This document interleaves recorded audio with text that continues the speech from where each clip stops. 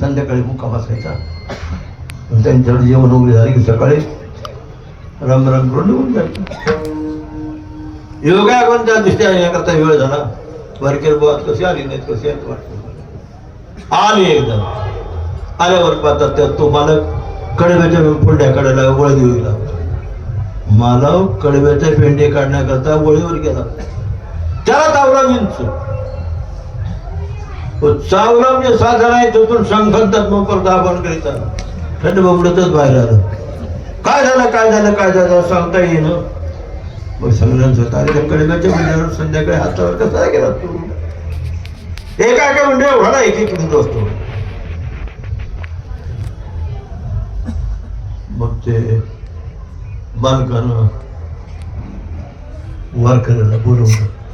म्हणजे महाराज फार बेजार होता, मला झोपतं की आपण काही खाल्लं सुद्धा नाही, काहीतरी सांगा की तुम्हाला. आता बोल सर बोलता बोलता असं अमुक करतो अमुक करतो की औषध नाही का.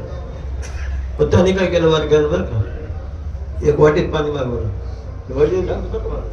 वाटीत पाणी मागवलं आणि त्याच्यावर ब्रह्मरस घी काढा, तेने पुढा बारीन अभंग 3 दिवस म्हटला.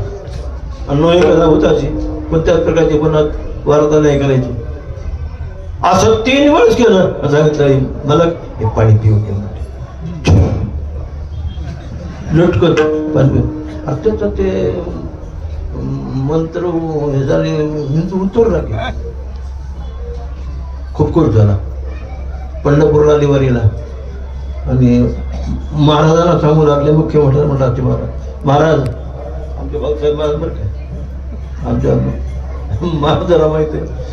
महाराज काय सांगा वारकऱ्याचं काय मत सांगा. पाटलांच्या शिमराची वेळ आली होती आणि यांनी काय केलं की म्हणे विंच उतरला. म्हणे आमच्या वारकऱ्या विंच उतरवला. बोलाजाईकडे होते बोलाईकडून कारण पण नाही. आता हे धंदा सुरू केलाच का बेटा भूताच्या जन्माला जाशील त्याने भूत सृष्टी भाव येईल तसं खबर नाही. मला तसं काही साप देऊन का. मी सहज म्हटलं रडू लागलं. पुढचा हे पाणी पिऊन घ्या म्हटलं. 3 अभंग म्हटला.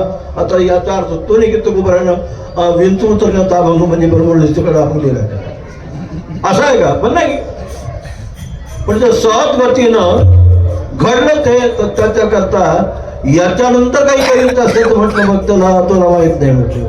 मंत्र तंत्र तंत्र काही करशी रडी बोटी त्याने भूतसृष्टी पावतील. सांगितलं महाराज झालं घडलं. आता याच्यानंतर मी काही करणार नाही. उठाला